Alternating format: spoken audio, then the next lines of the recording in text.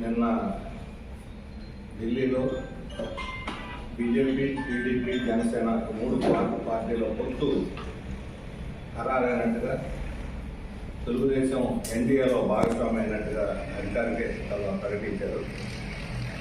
3 పార్టీల సంయుక్త ప్రకటన వచ్చింది. చంద్రబాబు నాయుడు మళ్ళీ విధిగా ప్రకటించాడు. రాష్ట్రం కోసం కలుస్తున్నామని, రాష్ట్రాన్ని స్వర్ణయుగం చేస్తామని ప్రగల్భాలు పొందుతున్నారు.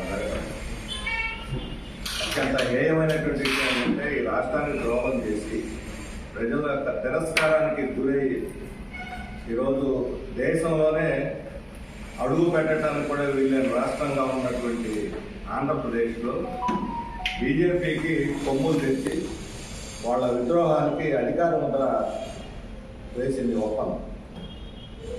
చంద్రబాబు నాయుడు గారు అంటున్నారు, మేము భాగస్వామిగా అయ్యాము, ఇద్దరం భాగస్వామిగా పనిచేస్తాం. ఇది భాగస్వామ్యం కాదు, లొంగుబాటు.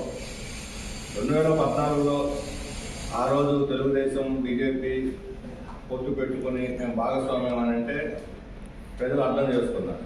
కేంద్ర ప్రభుత్వం మోడీ కొత్తగా వస్తున్నాడు, ఆయన మీద ఆ రోజు చాలా భ్రమలు ఉన్నాయి. చంద్రబాబు నాయుడు వస్తే రాష్ట్రాన్ని అభివృద్ధి చేస్తాడు, వీళ్ళిద్దరు కాంబినేషన్తో రాష్ట్రం ముందుకు పోతుంది అనుకున్నాం. 2014-19 మధ్య రాష్ట్రంలో ఏం సాధించారు? సాధించిన ఘనత ఏముందనంటే, ప్రత్యేక హోదా అనే మన హక్కుని పణంగా పెట్టి వాళ్ళు ప్రత్యేక ప్యాకేజీ పేరుతోటి ఏది లేకుండా రాష్ట్రాన్ని ఒక దశాబ్ద కాలం పాటు, ఒక 10 సంవత్సరాలు వెనక్కి నెట్టేశారు. రాష్ట్రాన్ని అభివృద్ధి లేకుండా రాజధాని కట్టలేదు. ఆ రోజులు భూమి సేకరించారు, రైతుల భూమిని, రాజధాని కట్టలేదు. చైనా అన్నారు, రష్యా అన్నారు, సింగపూర్ అన్నారు, జపాన్ అన్నారు. ఆఖరికి రాజమౌళి సెట్టింగులు తీసుకొచ్చి జనాన్ని మొదలుపెట్టాలనుకున్నారు. ఇది రాజధాని వాళ్ళు సాధించిన అభివృద్ధి ఏంటంటే, రాజమౌళి సెట్టింగ్, డూప్ అభివృద్ధి. పోలవరం మా హయాంలో 74% పూర్తి చేసామన్నారు. ఇంతకన్నా పచ్చి అబద్ధం ఇంకోట్లేదు. పోలవరం పూర్తయింది 22%. కావాలంటే చంద్రబాబు నాయుడుతో బహిరంగంగా మేము చర్చ కూడా చేద్దాం. అది చాలా ఘనంగా చెప్పుకుంటున్నాం. అసలు ప్రాజెక్ట్ అంటే ఏమిటి? డ్యామా, లేకపోతే రిజర్వాయర్ నిర్మాణంలో మునిగిపోతున్నటువంటి నిర్వాసితుల్ని పునరావాసం కల్పించడం. నిర్వాసితులను గాలికి వదిలేసి వాళ్ళు పునరావాసం కల్పించకుండా ఈయన ఏళ్ళు కాదు, ఏళ్ళు అబ్బతరం అవుతుందని అంటున్నాను. ఒక్క బొట్టు నీళ్లు నింపగలరా రిజర్వాయర్లో? జనానికి పునరావాసం కల్పించకుండా సాధ్యం అవుతుంది. దేవుడు దిగొచ్చినా సాధ్యం కాదు. మరి ఇప్పుడు 74% పూర్తయిందని ఎలా చెప్పగలుగుతారు? పైగా ఇప్పుడు డ్యామ్ పరిస్థితి ఏమిటి? ఆ రోజు తెలుగుదేశం వాళ్ళు, వైఎస్ఆర్ వాళ్ళు ఇద్దరు ఒకరి మీద ఒకరు నేను పూర్తి చేసినట్టు నా ఘనత అంటే నా ఘనత అని చెప్పుకున్నారు. ఈరోజు అది డయాఫ్రమ్ వాల్ పగిలిపోయింది. కాపర్ డ్యామ్ చెల్లెలు గ్యాప్స్ వచ్చేసినాయి. గైడ్ వాల్ కుంగిపోయింది. ఎక్కడా లేదు.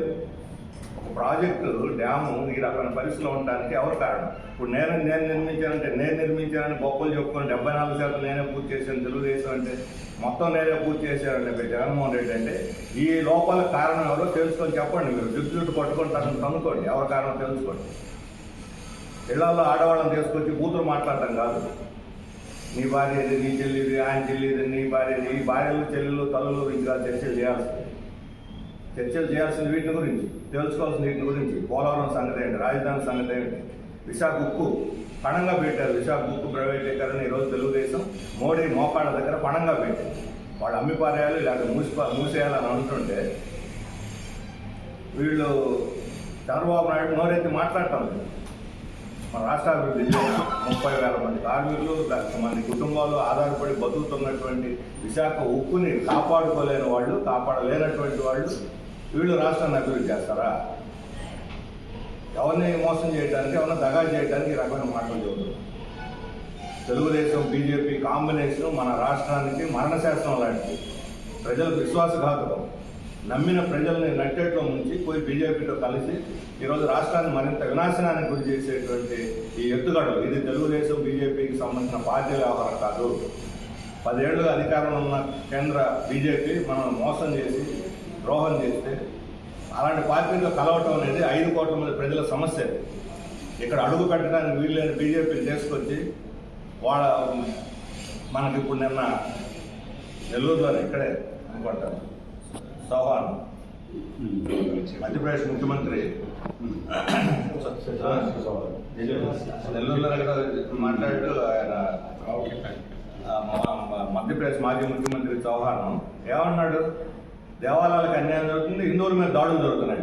ఆంధ్రప్రదేశ్లో హిందువుల మీద ఎక్కడ దాడులు జరిగినాయి చెప్పాలి, ఆయన బీజేపీ వాళ్ళు చెప్పాలి. వీళ్ళు చెప్తేనే ఆయన చెప్పుకుంటాడు. అంటే ఈ రాష్ట్రాన్ని ఏం చేయదలుచుకున్నారు, హిందూ ముస్లిం ఘర్షణలకి నిలయం చేయదలుచుకున్నారు. రెచ్చగొట్టి హిందువుల మీద దాడులు జరుగుతున్నాయని రెచ్చగొట్టి ముస్లింలని క్రిస్టియన్ని వాళ్ళ ఉనికి లేకుండా చేయాలనేటువంటి ఒక కుట్ర ఇప్పుడే ప్రారంభం అయిపోయింది. ఆల్రెడీ ఎన్నికలే ఇంకా షెడ్యూల్లో ప్రకటించలేదు. చౌహాన్ వచ్చి హిందువుల మీద దాడులు జరుగుతున్నాయని చెప్పడం అంటే అర్థం ఏమిటి?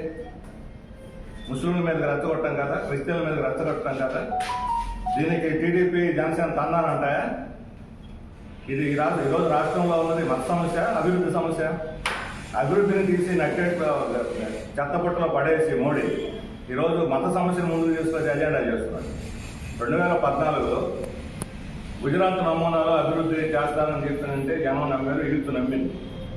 ఆ రోజు అభివృద్ధి నినాదంగా తీసుకున్నారు. 2019 ఎన్నికలకు వచ్చేసరికి అభివృద్ధి వెనక్కి వెళ్ళిపోయి ఉగ్రవాదాన్ని ముందుకు తీసుకొచ్చారు. పుల్వామా జరిగిన ఘటనను అడ్డం పెట్టుకొని ఉగ్రవాదాన్ని ముందుకు తీసుకొచ్చి మన దేశానికి ఏదో అయిపోతుంది అనేటువంటి దానికి భూతాన్ని సృష్టించి జనాన్ని లోపరుచుకున్నారు. ఇప్పుడు రామాలయాన్ని రాజకీయం చేసి మతాన్ని అడ్డం పెట్టుకొని మళ్ళీ రాజకీయం చేయాలనుకుంటున్నారు. మరి దీనికి టీడీపీ ఒత్తాసు పలుకుతుందని అడుగుతున్నాం. ఈ రాష్ట్రంలో ముస్లింలకి క్రైస్తవులకి భద్రత కల్పించాల్సిన బాధ్యత మీకు లేదా? టీడీపీ లేదని చెప్పనండి, మాది కూడా హిందూ పార్టీ అయిపోయింది, మేము లౌకికవాదాన్ని వదులుకున్నామని చెప్పనండి. లౌకికవాద పార్టీగా ఉన్నటువంటి తెలుగుదేశం ఏ రకంగా పోయి బీజేపీతో కలుస్తుంది? ఏ ప్రాతిపదిక మీద కలుస్తుంది? దేశంలో ఏమైనా ఉద్ధరించారా? నిరుద్యోగం లేదు, ధరలో తగ్గుదల లేదు. ఈరోజు గుజరాత్ పరిస్థితి ఏంటి? అసలు అక్కడ వలసలు పోతున్నారు, అక్కడ జనం బతకలేక. గుజరాత్లో బాగుపడింది ఎవరంటే అదాని బాగుపడ్డాడు, అంబానీ బాగుపడ్డాడు. ఎవరు బాగుపడ్డారు? గుజరాత్ మొత్తం లక్షల ఎకరాల రైతుల భూములు బలవంతంగా లాక్కొని ఇచ్చేశారు వాళ్ళకి, ఆ కంపెనీలకి. అది ఆయన సాధించిన అభివృద్ధి. మరి రేపు రాష్ట్రం కూడా అదే అవుతుంది, అధోగతి పాలవుతుంది. ఈరోజు రైతులకి గిట్టుబాటు ధర చట్టం చేయాలని చెప్పి రైతులు పోరాడుతుంటే కేంద్ర ప్రభుత్వం నిరాకరిస్తుంది. మరి చంద్రబాబు నాయుడు చట్టం కోసం పోరాడతాడా? మోడీకి లొంగిపోయి రైతులకు అన్యాయం చేస్తాడా? చెప్పాలి. ఈ ప్రశ్నలన్నిటికీ సమాధానం చెప్పకపోతే చంద్రబాబు నాయుడు కూడా ద్రోహిగానే మిగిలిపోతాడు. ఈరోజు తెలుగుదేశం పార్టీలో ఉండే కేడర్కి కానీ వాళ్ళ నాయకత్వం, కింద స్థాయి నాయకత్వం ఎవరికి ఇష్టం లేదు. ఈ పొత్తు మొత్తం అందరికీ ఇష్టం లేనటువంటి పొత్తుని బలవంతంగా చంద్రబాబు నాయుడు రుద్దాడు ఎడమని. ఈరోజు నిరంకుశత్వం. మొన్న సభలో భీమవరం సభలో మాట్లాడుతూ పవన్ కళ్యాణ్ చెప్పాడు, జగన్మోహన్ రెడ్డి ఏదన్నా ఆయన చెప్తే వాళ్ళ పార్టీలో ఎవరో ప్రశ్నించరు, నన్ను ప్రశ్నిస్తారు ఎందుకు మీరని? ప్రశ్నించొద్దు. పవన్ కళ్యాణ్ ఏం చెప్పాడు అంతకుముందు? ప్రశ్నించడానికే మా పార్టీ పుట్టిందని చెప్పాడు. ప్రశ్నించడానికే మా పార్టీ పుట్టిందని చెప్పిన పవన్ కళ్యాణ్ ఇప్పుడు ఏమన్నాడు? నన్ను ప్రశ్నించబాక, నేనేం చేస్తే దాన్ని మీరు ఆమోదించమన్నాడు. వాళ్ళంతా యూత్, రాష్ట్ర భవిష్యత్తు కోసం పవన్ కళ్యాణ్ ఏదో ఎరవేస్తాడని చెప్పి ఆశ ఎదురు చూస్తున్నటువంటి వాళ్ళు ఈరోజు పోయి మోడీ సంఖ్యలో దూరి నన్ను ప్రశ్నించబాకనంటే మోడీ లాగానే నేను కూడా నిరంకుశని, నా పార్టీలో ప్రజాస్వామ్యం లేదు, నాది ఈ పార్టీ, నేను చెప్పినట్టు మీరు వినండి అని చెప్పడం. ఇదే అంటే అట్లా ఎక్కడి నుంచి ఎక్కడికి వచ్చిన ఈ పార్టీలు చూడండి. ఎన్టీ రామారావు పార్టీ పెట్టి ప్రజాస్వామ్యం కోసం కేంద్ర నిరంకుశత్వానికి వ్యతిరేకంగా పోరాడి అందరం బలపరిచాం. ఆ రోజు ఆయన హీరోగా నిలబడ్డాడు దేశంలో. ఈరోజు అదే కేంద్రానికి లొంగిపోయాడు చంద్రబాబు నాయుడు. మన రాష్ట్ర అభివృద్ధి కోసం కాదు, వాళ్ళ స్వార్థ రాజకీయ ప్రయోజనాల కోసం, తన సొంత ఉనికి కోసం ఈరోజు కేసులు పెట్టారు, జైలుకి వెళ్ళాడు. ఇప్పుడు 2 నెలల తర్వాత జైలు నుంచి బయటకు వచ్చారు. 2 నెలల తర్వాత ఈరోజు చెబుతున్నాడు చంద్రబాబు నాయుడు గారు, బీజేపీ వాళ్ళు నా అరెస్ట్లో బీజేపీ పాత్ర లేదు అని ఈరోజు చెబుతున్నాడు. 2 నెలల క్రితం 2 నెలల పాటు నిద్రపోయాడా? బీజేపీ పాత్ర ఉందో లేదో దేశం అంతా రాష్ట్రం అంతా కోడై కూస్తుంటే బీజేపీ వాళ్ళు వైఎస్ఆర్ కాంగ్రెస్ ఇద్దరు కలిసి చంద్రబాబుని జైలుకు పంపారు అని చెబితే ఈరోజు ఆయన ట్వీట్ చేస్తున్నాడు, వాళ్ళ పాత్ర లేదు, కేంద్ర ప్రభుత్వ పాత్ర లేదు, పాత్ర ఉంటే నేను బయటకు వచ్చినామని కాదు కదండి. జైలుకు పంపింది వాళ్ళే, బయటకు తెచ్చేది వాళ్ళే. అది ఆయనకి తెలుసు, తెలుగుదేశం వాళ్ళకి తెలుసు. 2 నెలల తర్వాత ఇప్పుడు నోరు తెలిసి తన అరెస్ట్ గురించి మాట్లాడుతున్నాడు. అంటే ఎంతగా లొంగిపోయాడు అర్థమవుతా ఉంది. కాబట్టి ఈ పొత్తు అనేది తెలుగుదేశానికే కాదు మొత్తం రాష్ట్రానికి కూడా వినాశకరం అవుతుంది. ధృతరాష్ట్ర కౌగిల్ లాంటిది బీజేపీ. పట్టుకున్నారంటే వదలదు, ఎంపలతో సహా నలిచిపారేస్తారు. మహారాష్ట్రలో చూస్తున్నాం, పంజాబ్లో చూస్తున్నాం, తమిళనాడులో చూసాం. ఏ రాష్ట్రంలో ప్రాంతీయ పార్టీలు బీజేపీని బలపరిచిన ఆ పార్టీలన్నీ హతమైపోయాయి.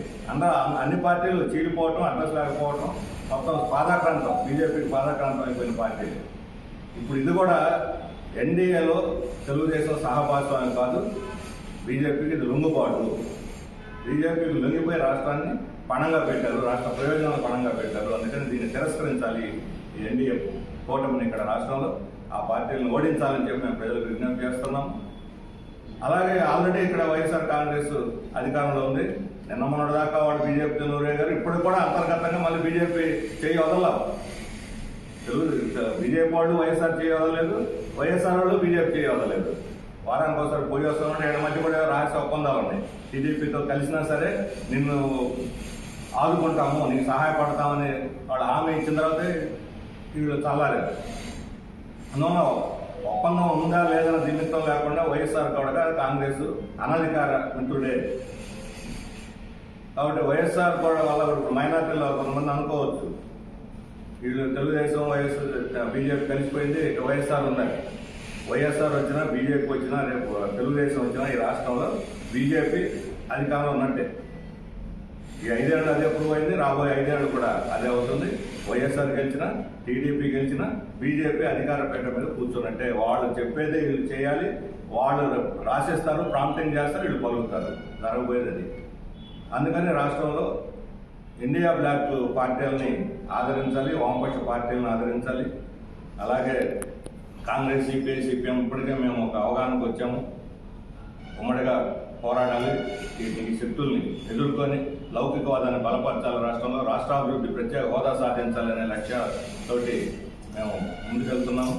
చర్చలు సాగుతున్నాయి. మా మధ్య 2 సీట్ల విషయంలో రేపు ఎల్లుండి లోపల కూడా మాట్లాడుకొని అన్ని సీట్లు మేము రాష్ట్రంలో ప్రకటిస్తాము. పార్లమెంట్కి, అదేవిధంగా అసెంబ్లీకి. ఇక్కడ నెల్లూరు సీట్లో కూడా మేము పోటీ చేయాలని అనుకుంటున్నాం. ఇప్పటికే సన్నాహాలు కూడా ప్రారంభించాము. ఇవన్నీ కూడా 4-5 రోజుల్లో క్లియర్గా మేము ఫైనల్ లిస్ట్ కూడా ప్రకటిస్తాం.